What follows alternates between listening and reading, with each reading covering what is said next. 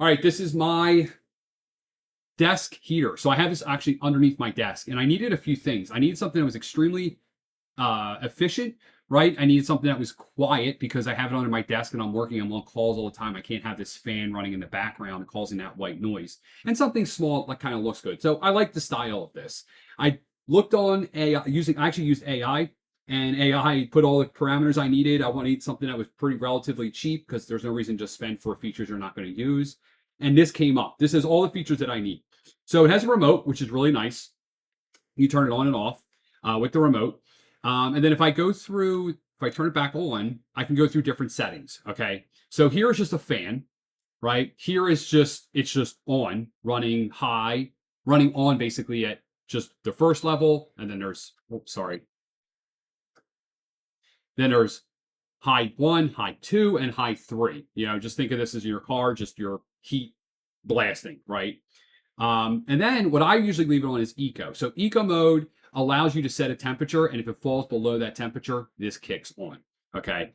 So like we could lower it all the way down to, let's say, I'm not sure what temperature my house is, but at this point it should just turn off. Okay. And it does. It turns on and off all day long. It's extremely quiet, which I really like.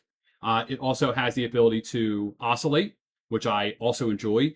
And what's nice about this is you can put it like in a spot and then have it, once it gets to a certain spot, just stop it from oscillating and have it go in that direction. So I really like that as well.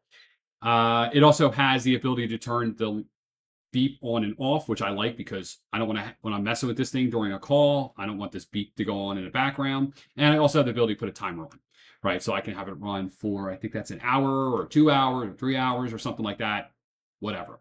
You can see it automatically turned off because it's obviously, it's set at 61. So it's not below 61. So it's not running.